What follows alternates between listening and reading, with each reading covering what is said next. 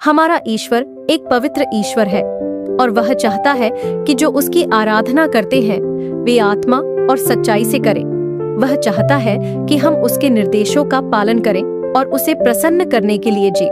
दुर्भाग्य से आज परमेश्वर की बहुत सी संतानें उसके निर्देशों का अक्षरशः पालन नहीं करती, बल्कि अपनी मर्जी से काम करना पसंद करती हैं। लेव्य व्यवस्था 10:1-2 में लिखा है, फिर तभी हारून के पुत्रों नादाब और अबीहू ने पाप किया। दोनों पुत्रों ने लोबान जलाने के लिए तश्तरी ली। उन्होंने एक अलग ही आग का प्रयोग किया और लोबान को जलाया। उन्होंने उस आग का उपयोग नहीं किया जिसके उपयोग का आदेश मूसा ने उन्हें दिया था। इसलिए योहव से ज्वाला प्रकट हुई और उसने नादाब और अबीहू को नष्ट कर दिया। वे यहोवा के सामने मरे। इजराइल के पहले महायाजक हारून के 4 पुत्र थे, नादाब, अबीहू, एलियाजर और ईतामार।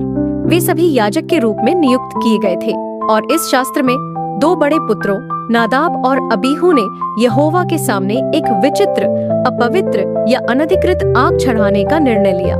परिणाम स्वरूप यहोवा की ओर से निकली आग ने उन्हें भस्म कर दिया और वे तुरंत मर गए। आज के विश्वासियों, आपको इस घटना से एक बड़ा सबक सीखने की जरूरत है। परमेश्वर किसी का पक्षपाती नहीं है, चाहे वह पुरुष हो या स्त्री, पादरी हो या अधर्मी।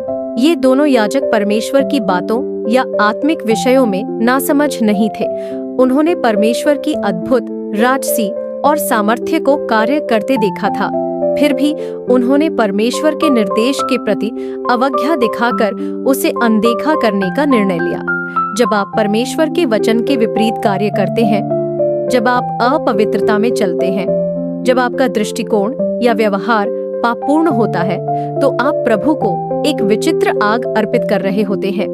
प्रेरितों के काम अध्याय 5:1-11 में हनन्याह और सफीरा ने भी पवित्र आत्मा से झूठ बोलकर विचित्र आग चढ़ाई थी और परिणाम स्वरूप उनकी मृत्यु हो गई। हमारा परमेश्वर भस्म करने वाली आग है और पाप की मजदूरी आज भी मृत्यु ही है। सावधान रहें और परमेश्वर के वचन और निर्देशों के साथ खिलवाड़ न करें। आप पर आशीष बनी रहे।